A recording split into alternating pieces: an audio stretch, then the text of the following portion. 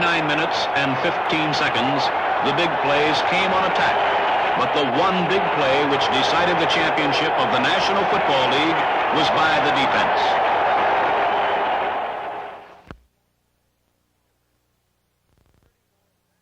Gifford. The 34th National Football League Championship game, played in the Cotton Bowl here at Dallas, Texas, figured to be a classic match between the youthful speed of the Dallas Cowboys and the cool precision of the veteran Green Bay Packers. As it turned out, the Packers played with the abandon of youth, and the Cowboys, disdaining the long striking plays which had brought them to this game, exercised the meticulous discipline of ball control. At stake for the first time was the honor of representing the National Football League against the champions of the American Football League.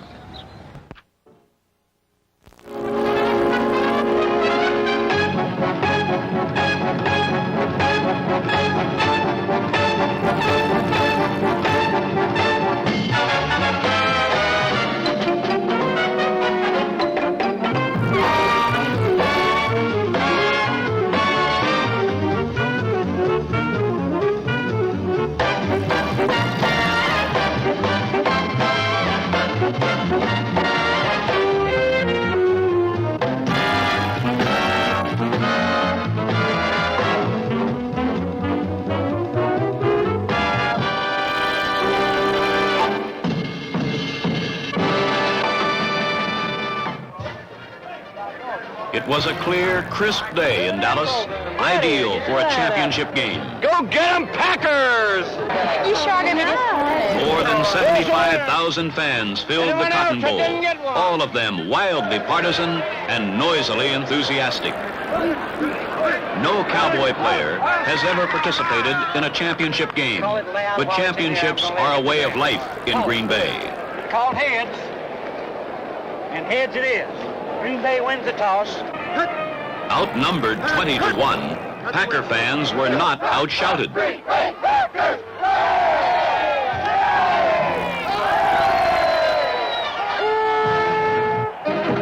On the first play of the game, they have something to yell about when Elijah Pitts breaks into the open for 32 yards.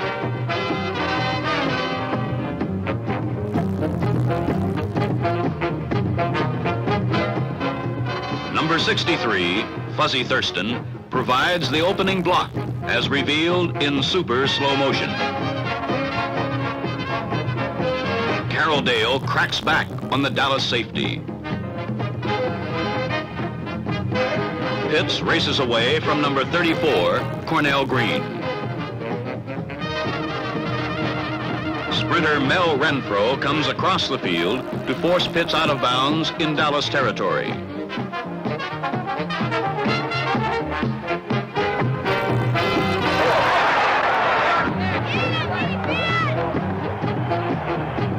On 3rd and 13, Bart Starr and Carroll Dale make Green Bay's first big play. It gives the Packers a first down on the Dallas 20.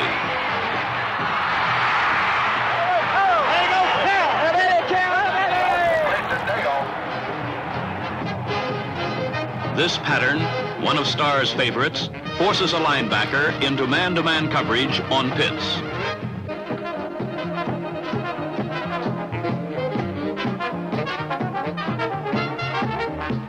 Pitts beats number 52, Dave Edwards, to the inside.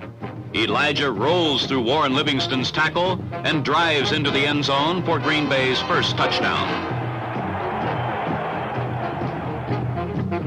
As the spotlight camera shows, Starr capitalized on the superior speed of Pitts. It is Green Bay 7, Dallas nothing.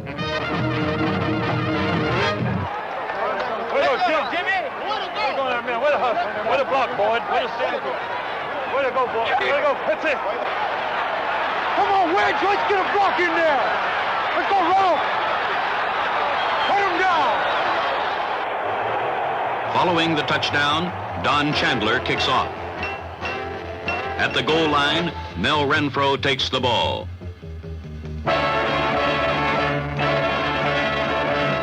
Renfro fumbles at the 20. The ball bounces into the hands of Jim Grabowski, who runs it in for Green Bay's second touchdown in 12 seconds. Renfro's fumble was a combination of unfortunate circumstances. Watch the ball tucked in Renfro's right arm. Gail Gillingham pokes it free.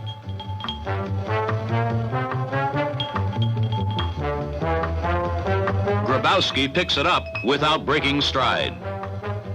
Trailing by 14 points, the Cowboys seem well on the way to humiliation.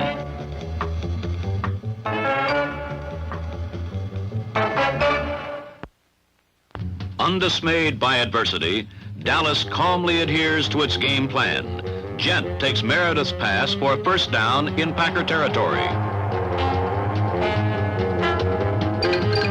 Don Meredith, who masterminds one of the most varied offenses in football, hands off to Pettis Norman on a rare end around.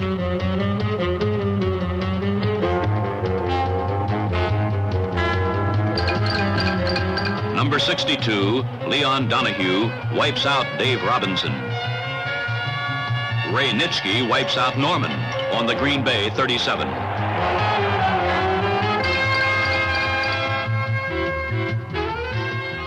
On 3rd and 1, Meredith looks for his favorite deep threat, Bob Hayes, but the canny Packer defense has him bracketed, short and long. Having made Green Bay overly aware of Hayes, Meredith throws to tight end Pettis Norman. Norman is forced out of bounds by Brown, then hit over the sideline by Robinson. Robinson draws a penalty from the official, and a baleful stare from Cowboy tackle Willie Towns.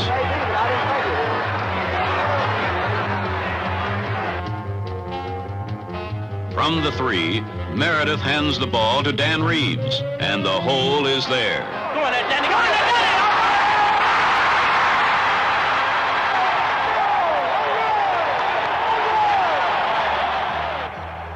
Follow number 73, Ralph Neely, to learn how the Cowboys pried that opening in the defense. Neely drives Willie Davis inside.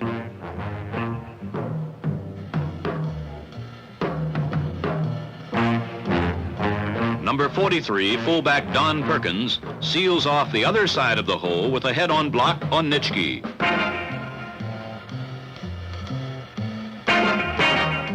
The Cowboys have cut the Packer lead in half.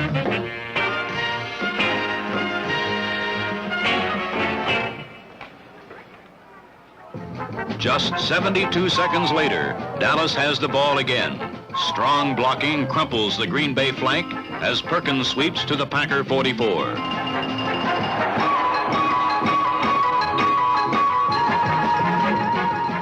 Like Starr, Meredith often isolates a setback on a linebacker. Reeves gets behind Leroy Caffey for a 22-yard gain.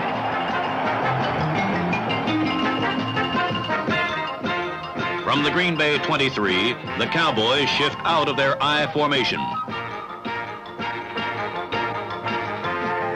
And Perkins gets the touchdown in one big play.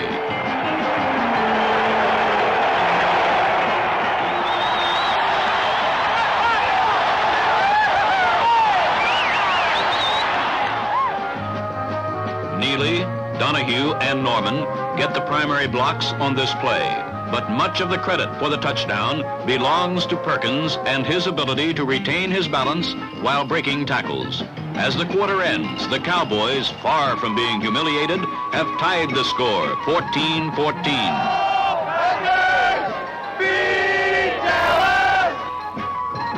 The Packers, masters of the big play, strike back in the second quarter with one of their own. Starr's perfectly thrown pass reaches Carroll Dale for a 51-yard touchdown. Starr shows that he is underrated as a long passer. Cornell Green mistimes his jump. The ball never touches his hand, and the Packers go ahead 21-14. Our sideline sound camera eavesdrops on defensive coach Dick Nolan and Warren Livingston. Tell Mel the next time on that Taylor now, he knows he's going for the turn-in for the pick, so they tell him to be alert because the guy will fake that turn-in and either go or keep on across. Okay. So he wants to be ready to come across it. Unperturbed, Don Meredith launches another Dallas bid with a pass to Pete Gent for a first down at the Cowboy 39.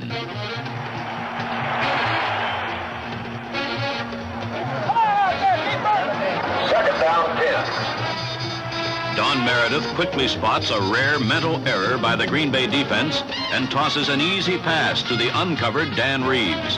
The play goes for 40 yards before Bob Jeter recovers and overtakes Reeves on the Green Bay 21. When Green Bay's defense reverts to form, Dallas settles for a field goal. Villanueva puts it through from the 11, and it's 21-17. Packer guard Fuzzy Thurston clarifies blocking tactics. Don't worry about it. Don't worry. I'll take it right in for you. We'll take it right in, I'll guarantee you. I don't say adios, I mean, I got him. Okay. And Thurston does get Bob Lilly on the next play, starting Elijah Pitts on a 24-yard jaunt into Dallas territory.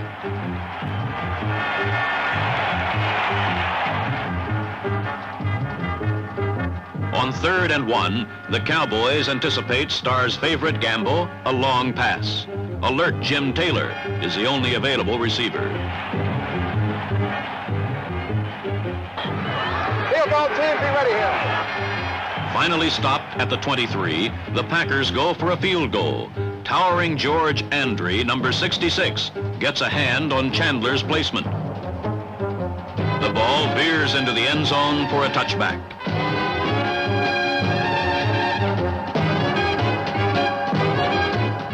Near halftime, this harmless penalty passed almost unnoticed. But when left tackle Jim Boakey moved before the ball was snapped, he foreshadowed defeat for Dallas.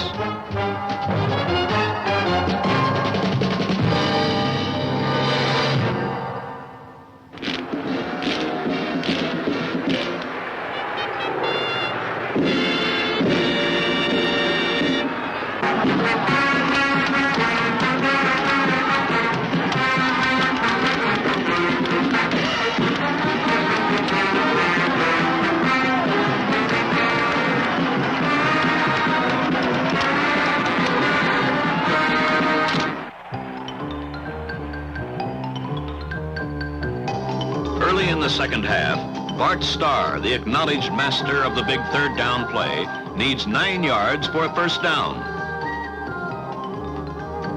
Bart's pass to Boyd Dowler at the sideline is barely long enough.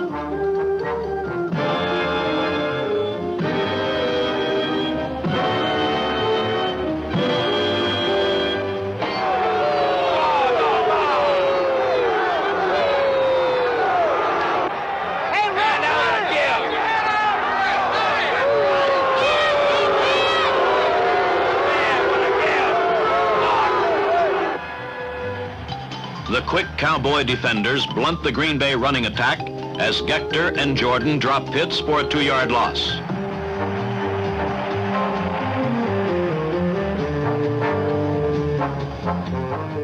Green Bay has marched from its own 30 to the Dallas 23, where Bart Starr hands off to Elijah Pitts. Mike Gector's swinging arm pops the ball out of the grasp of Pitts.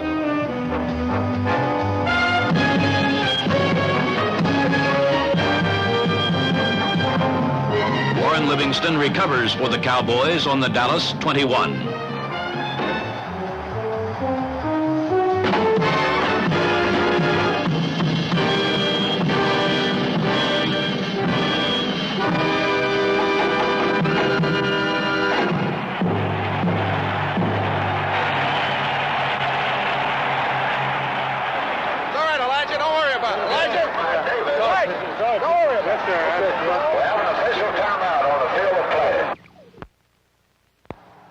The Green Bay fumble gives Dallas new confidence. Meredith passes to Frank Clark for a first down at the Dallas 38.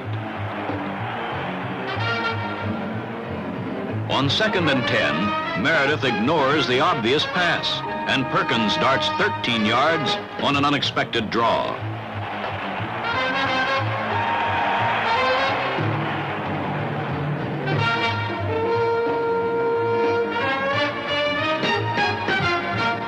On a spread-out option, Meredith takes advantage of a classic block by Perkins on Nitschke and lopes to the Green Bay 26.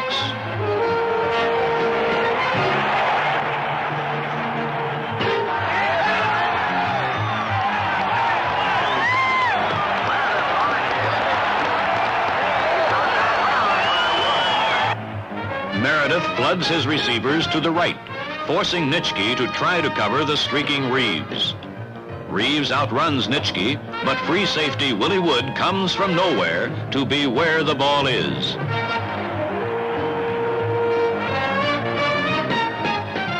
The Cowboys salvage a broken drive with Villanueva's 32-yard field goal. The score, Green Bay 21, Dallas 20.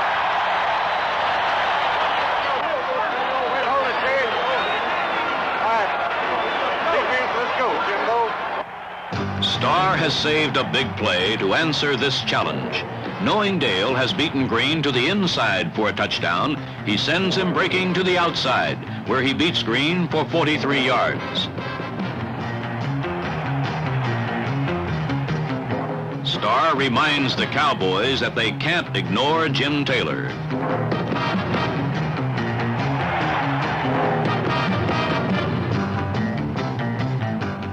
Starr's pinpoint passing is evident on this big play. He leads Boyd Dowler a long reach beyond Mel Renfro for a Packer touchdown.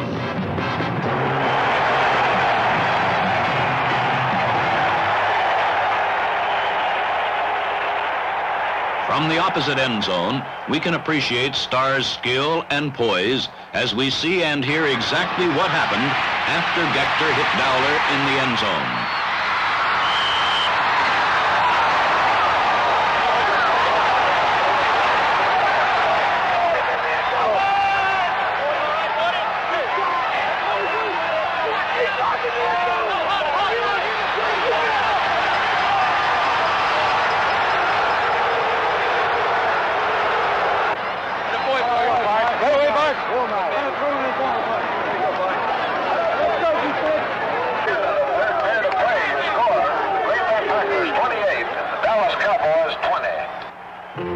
Early in the fourth quarter, Meredith, who had held a hot hand for most of the game, suddenly turns cold. Incomplete. Pass intended for Clark. Incomplete. Incomplete. On the next series, Don Chandler punts Dallas deep in the hole.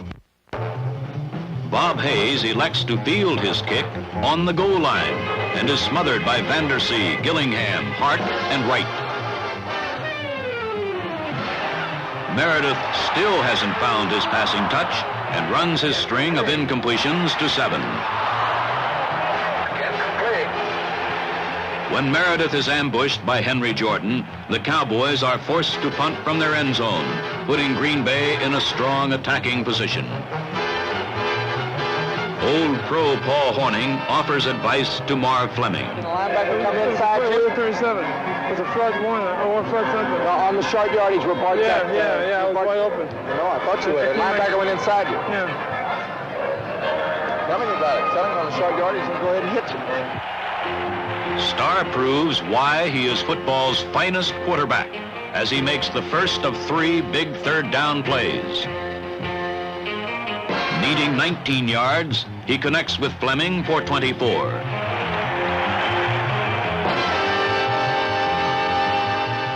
The spotlight camera shows that Fleming's road to success was a rocky one. The determined tight end outmaneuvers 2 Dallas linebackers on his way to the first down.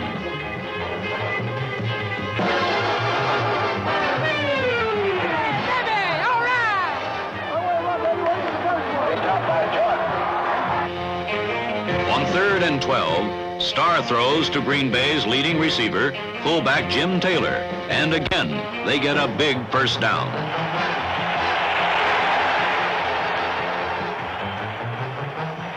Finally, on 3rd and 19, Starr climaxes his brilliant series. The Packers pick up a Cowboy blitz, and Starr lofts a 28-yard pass to Max McGee for a touchdown. For 34-year-old McGee, this was his only catch of the day. Mack shows he has lost none of his guile with this great fake on Livingston.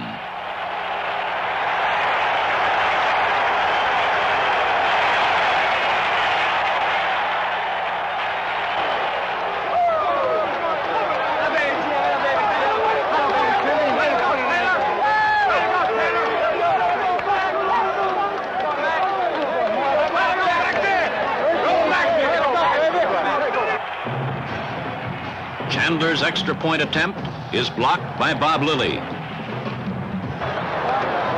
The miss means the Cowboys still have a remote chance.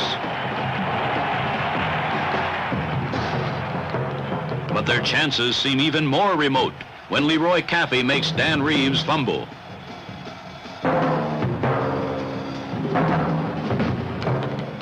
Wood appears to recover the ball, but it squirts free, and the Cowboys are still alive. On 3rd and 20, Meredith produces his biggest play. Timing his delivery to the last split second, Don discovers tight end Clark all alone. The 68-yard touchdown brings the score to 34-27. Suddenly, the pressure is on the Packers.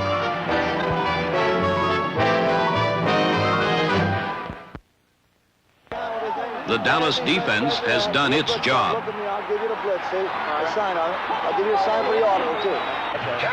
On 4th and 25, the Packers must punt. An all-out rush forces Chandler to hurry the kick. The ball slices off his foot and goes only 16 yards, giving Dallas possession on the Green Bay 47. There are 2 minutes and 19 seconds left. Dandy Don wastes no time. He uses his most effective pattern with tight end Clark, the receiver, for 21 yards.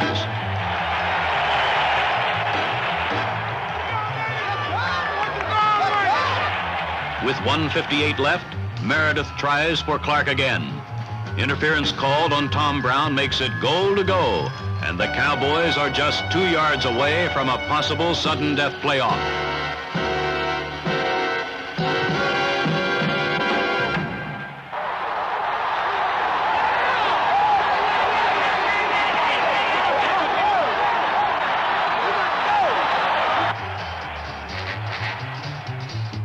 A brief hole in the Packer line snaps shut, and Reeves gains only a yard.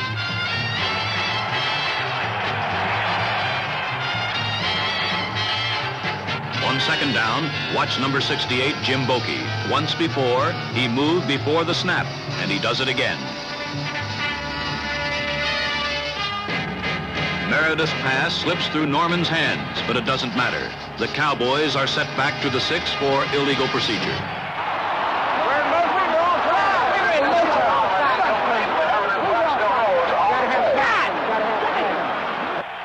That was not the only blow to Dallas on that play. Number 30, Reeves, is smashed by Bob Brown, then by Caffey. The battering leaves him with double vision. On the next play, Reeves, unable to see clearly, drops Meredith's easy pass.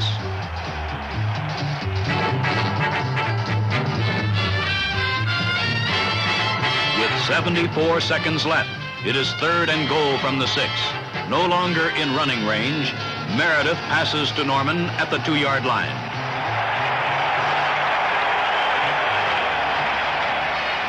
Some people felt that Norman scored on this play, but the super slow-motion camera proves without a doubt that his knees were on the ground when Tom Brown made contact with him.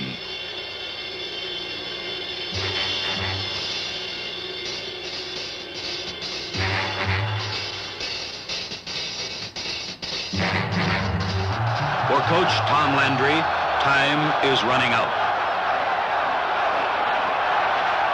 It's the Cowboys' last chance. Meredith tries a sprint-out option. Robinson forces a desperate pass, which is intercepted by Tom Brown to clinch a 34-27 victory for Green Bay.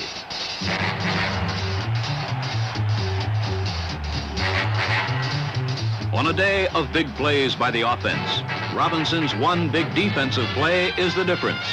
Robinson hesitates, then slides behind Leon Donahue and tackles Meredith, trying to pin both his arms. Falling, Meredith is fortunate to get the ball away. The undirected pass wobbles into the arms of Tom Brown.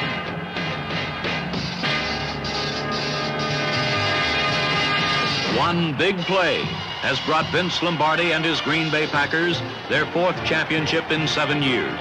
Ahead, for the first time, lies another game in which victory will go to the team which can produce that one big play.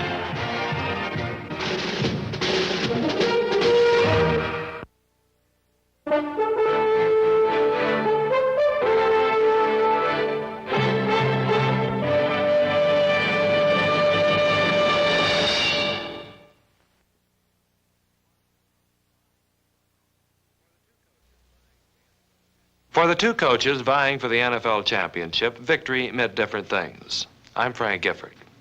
To Vince Lombardi, it meant an unprecedented 3rd straight title. For Dallas's Tom Landry, victory would be the realization of an 8-year-old dream. But the real story was contained in the confrontation of two teams who battled each other in the numbing cold for 59 minutes and 44 seconds when the clock for the 2nd straight year became the ultimate judge. On the day of the NFL championship, it was an incredible 15 degrees below zero in Green Bay, Wisconsin. It was a day that might well be remembered as much for the numbing cold as the football.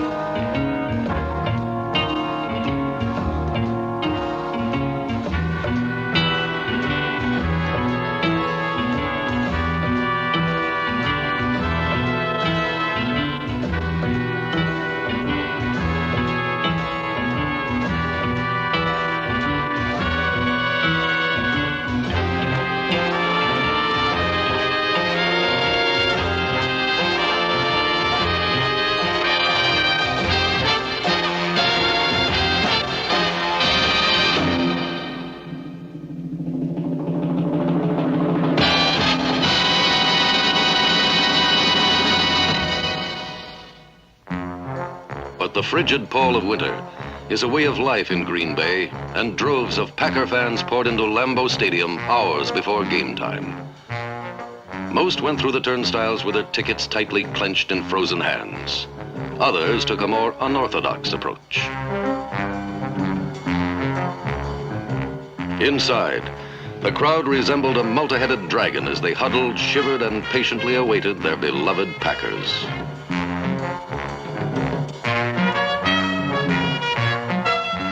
Dressed in the bright costumes of winter, Packer loyalists came well prepared to face the elements, as did the players, whose eerie appearance matched that of the fans.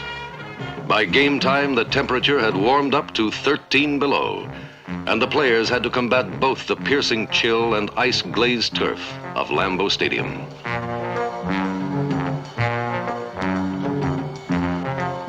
Even on the bench, the intense cold found them. Herded into bleak dugouts, the players waited grimly until it was time to return to the wars.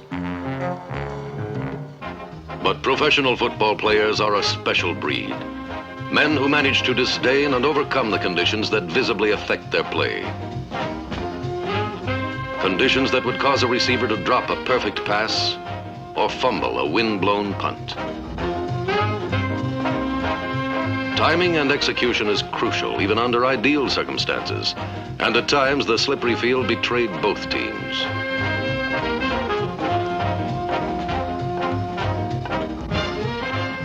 On defense, maneuvering was hazardous, and late in the game, defenders would gladly have traded in their cleats for ice skates. The receivers also found the footing treacherous. Changing direction was difficult, and coming back for a badly directed pass, impossible.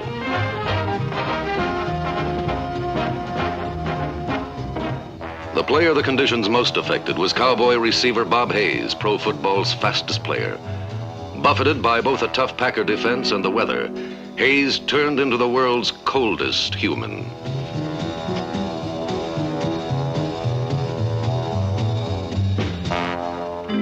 The stage was set. Conditions would dictate the strategy, but it would be the players who would decide the final outcome in pro football's coldest war.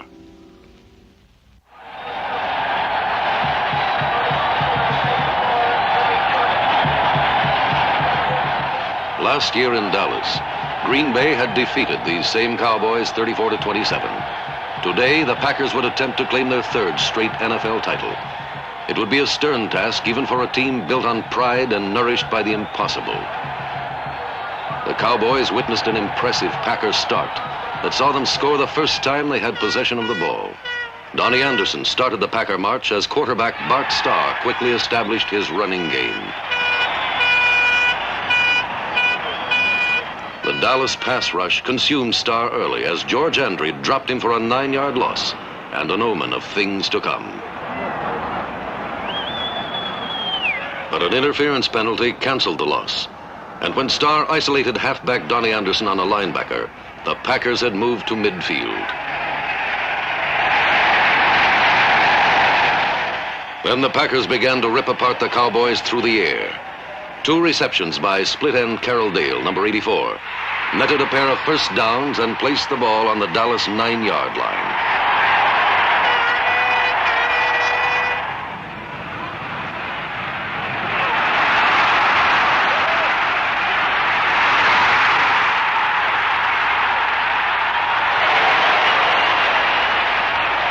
One play later, Boyd Dowler took a pass over the middle for a touchdown. To Packer backers, the quick score looked almost too simple. Bart Starr had decimated one of football's best defenses by, in effect, exploiting just one man's inexperience. Twice he had sent the crafty Dale to test young cornerback Mike Johnson, number 23. Dale beat him to the inside, then to the outside.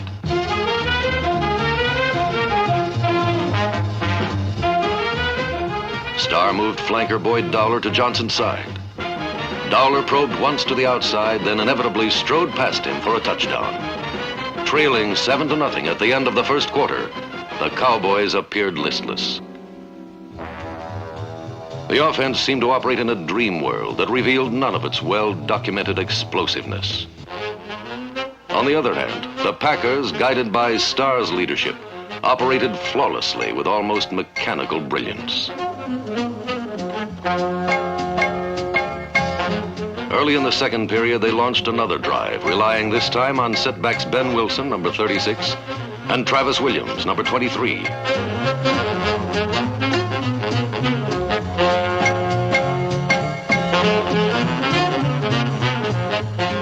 Green Bay found the right side of the Cowboy line vulnerable, and on 2 slants by Williams, they had hammered into Cowboy territory.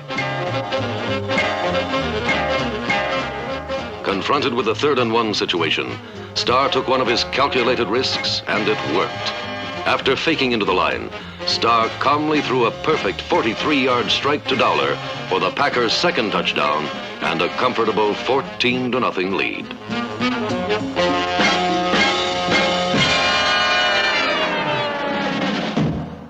For the first Packer touchdown, Starr had exploited a man. This time, he exploited an area. On 1st and 2nd down, he sent Travis Williams off Dallas' right side for good gains. The Cowboys, primed for the expected on 3rd down, were fooled as Wilson faked into the right side. With the Dallas secondary drawn up, Dowler ran his pattern unmolested for his second touchdown.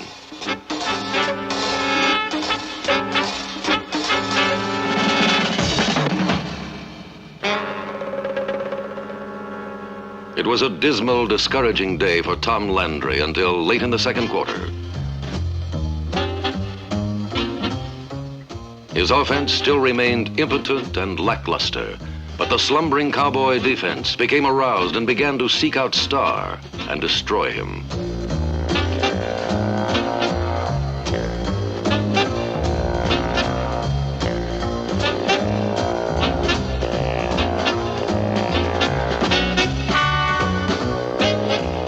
Now the Cowboys, not the Packers, who made the brilliant individual plays and began to resemble the 11 men called the Doomsday Defense.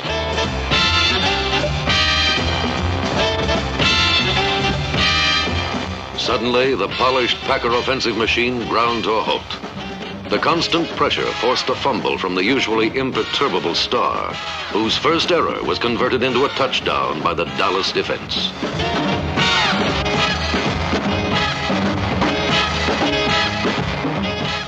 After nearly 25 minutes of play, there was finally something to cheer about for Dallas. On one startling maneuver, Dallas trailed by only a touchdown. Starr, caught in a pincer by the Cowboy defensive ends, had the ball punched out of his arms by Willie Towns. George Andre scooped the ball off the slick ground and rumbled into the end zone.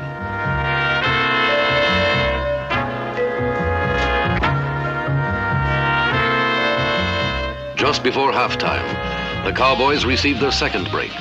Safety Willie Wood misplayed a punt, and Dallas recovered. Fumbles by Starr and Wood, two of the most poised and reliable Packers, had ironically altered the course of the game. Danny Villanueva's 21-yard field goal cut the Packer lead to just 4 points at halftime. Instead of a possible rout, the Packers were on the precipice of defeat. The halftime show was canceled due to the extreme cold. The only thing Packer fans could do was pray for a return to form of their Packers. But the Packer offense proved to be just as cold as the weather. The Doomsday defense continued its devastating rush on Bart Starr.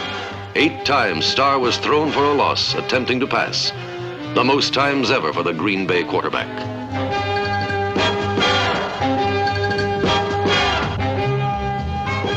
In this third quarter, Green Bay gained a grand total of 10 yards.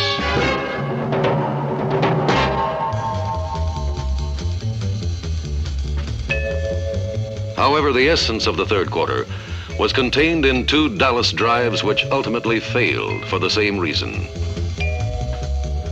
For the first time in the game, the Cowboy offense launched a serious assault at the Packer goal.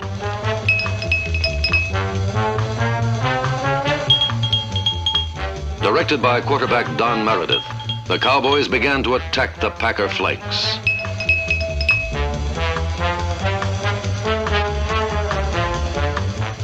The man most responsible for Dallas's success was setback Dan Reeves, number 30, who skipped through large holes in the defense and led the Cowboys to the Packer 18-yard line.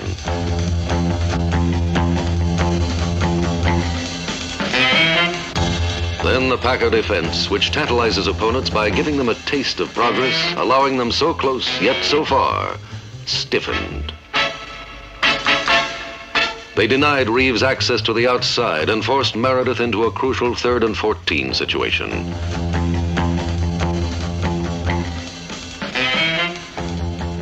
Finding his receivers covered, Meredith gambled and lost. Hit by linebacker Leroy Caffey, Meredith fumbled, and the Packers recovered. Thus, the first drive ended in failure. 2 minutes later, the Green Bay defense would prove impregnable again.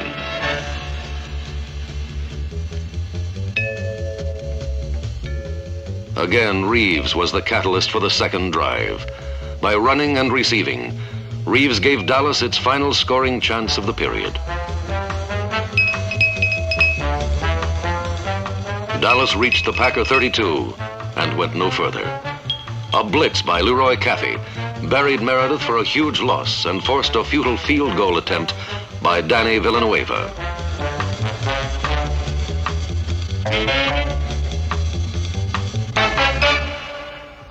For 2 series, Meredith's strategy was disrupted and ruined by the looming specter of Packer corner linebacker Leroy Caffey.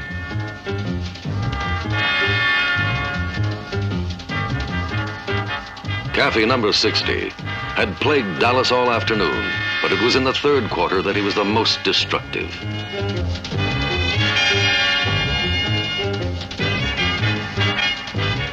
On Dallas's 2 drives, Caffey had pursued, bombed, and blitzed the Cowboys.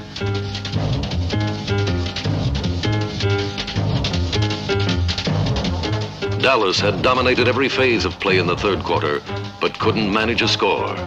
And it was number 60 who personally changed the outcome of a championship.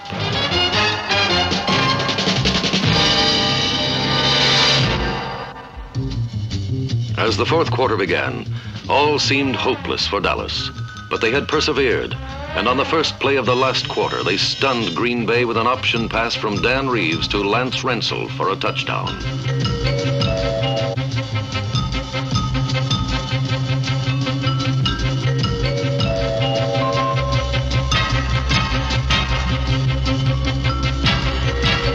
For the first time in the game, Dallas led 17-14. Versatile Dan Reeves, who had brought the Cowboys so close in the third quarter, finally took them closer to their first NFL championship. Reeves had run through the Packers, had sneaked around them, and finally had thrown over them for the go-ahead score.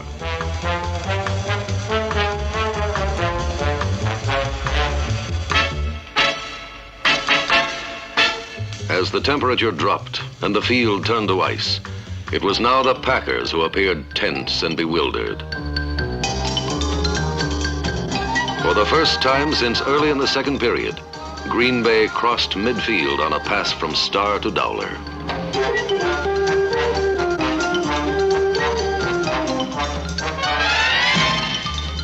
Primed for an upset, the Cowboy defense frustrated Starr's every effort and held the Packers for 3 straight downs.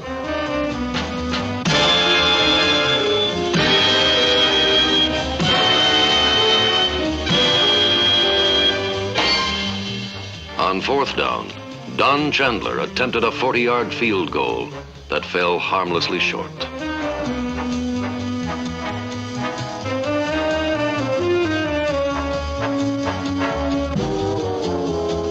Nine minutes remained. To claim their first NFL title, Dallas had to score if possible.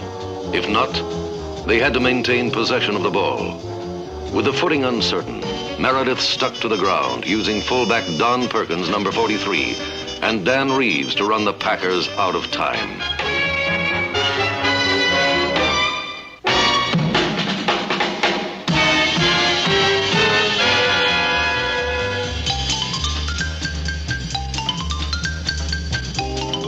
The plan worked until the Packer defense began to assert itself. The rigid Green Bay defense trapped Reeves for a loss and forced Meredith into something he didn't want to do: pass. Meredith scrambled out of the pocket and found tight end Frank Clark for an important first down at the Cowboy 41.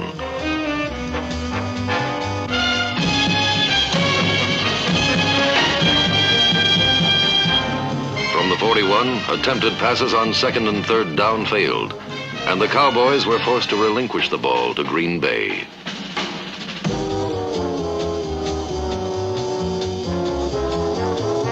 Two distinct elements, the weather and the Packer defense, which had stymied Dallas nearly all day, crushed them when it counted the most. On 3 key plays, the icy turf betrayed them, and Green Bay had reaped the rewards.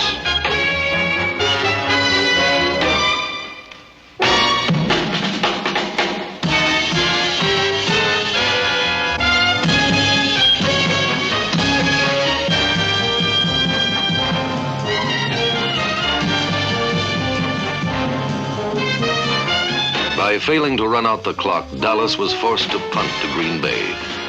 They would allow the Packers 5 minutes to reclaim their destiny, an eternity in professional football.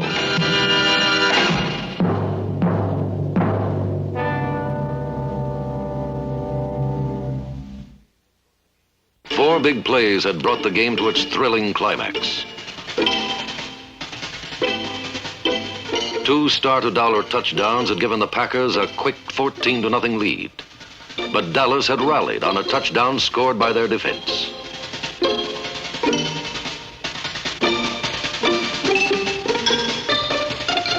Then a second quarter field goal and a surprise pass in the last period had given them a 17-14 advantage. So with 5 minutes left, the Packers had the ball and were 68 long yards from the championship. On Green Bay's first play, Starr selected Donnie Anderson on a swing pass that gained 6 yards.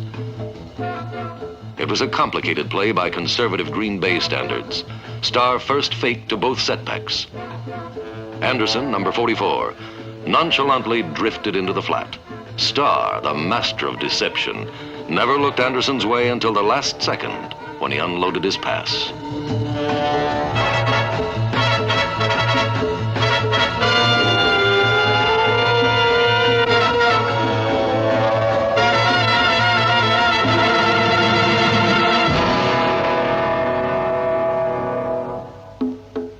Chuck Mercine, Green Bay's third-string fullback, picked up the first down at the Packer 45.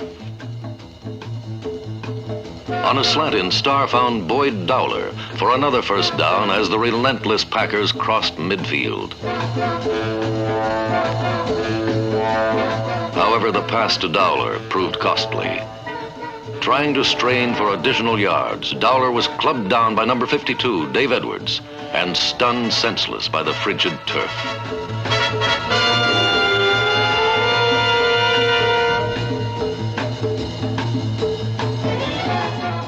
With Green Bay at their 42 and 3.5 minutes to play, the Cowboys' title dreams were seemingly crumbling away when their defense came up with its biggest play. End Willie Towns slipped through a gap and smothered Anderson for a 9-yard loss. Now it was 2nd and 19, and Starr would have to produce a miracle. In fact, he would produce 2 of them. Now favoring his setbacks as receivers because of the slippery field, Starr threw to Donnie Anderson. On that last play, Anderson had concealed himself in the blocking shield, then sneaked out to the unprotected flat to gather in Starr's pass. The 13-yard gain made it 3rd and 7 at the Dallas 39. Only 2 minutes remained. For the 3rd time in the series, Starr connected with Anderson, who maneuvered 9 yards for the all-important first down and the second miracle. It was now a desperate race against time, and the clock mirrored the Cowboys' fate. With it 1st and 10 on the 30, Starr lofted a swing pass to Mercine, who fought his way 19 yards to the 11. More importantly, Mercine stepped out of bounds to stop the clock with 1 minute, 11 seconds to play. Mercine, who only 5 weeks ago was playing for a New York Giants farm team, crashed 8 yards closer to victory and NFL history. Donnie Anderson kept his footing and made it 1st and goal on the 1. With 35 seconds to play, the final Green Bay drive brought back memories of last year's championship game in Dallas. Trailing 34-27, the Cowboys had over 2 minutes in which to tie Green Bay and send that title game into overtime. In Dallas, it was not Vince Lombardi, but Tom Landry who suffered as time was running out.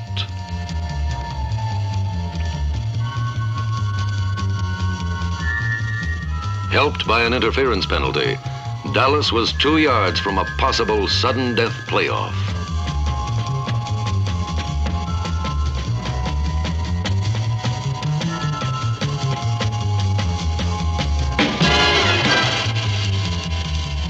But the Cowboys fumbled away opportunity, and on 4th down with 1 chance left, Meredith's pass was intercepted to clinch a 34-27 victory for Green Bay.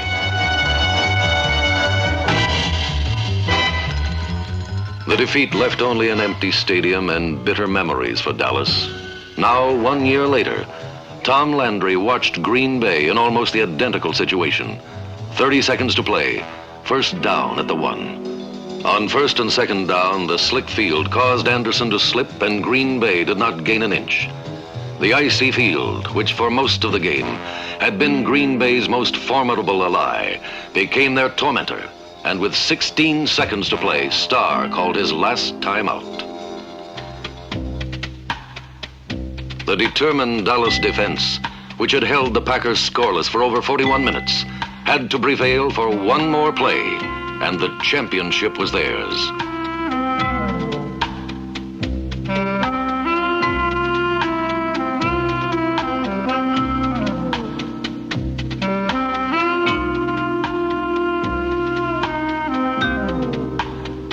For Tom Landry, It was a garish nightmare. 16 seconds stood between him and an 8-year-old dream. Bart Starr, on a quarterback sneak, scored, and Tom Landry's dream lay crumpled on the icy ground of Lambeau Stadium. The jubilant Packers and their iron-willed coach had become the first team to win 3 successive championships in the modern history of the National Football League. The game had come down to one last play, one last second, and one man's block. Packer guard Jerry Kramer, number 64, had blasted a path for Starr over cowboy tackle Jethro Pugh. Taking advantage of Pugh's 6'6" height, Kramer had uprooted him, and Starr tumbled happily into a championship. It was the climactic ending to the most dramatic championship since the sudden death playoff in 1958. In only 16 seconds, the Cowboys had lost a trip to Miami in the Super Bowl and gained a sad one home to Dallas. In reality, the Packers were crowned world champions not in sunny Florida, but in the gelid confines of their own arena.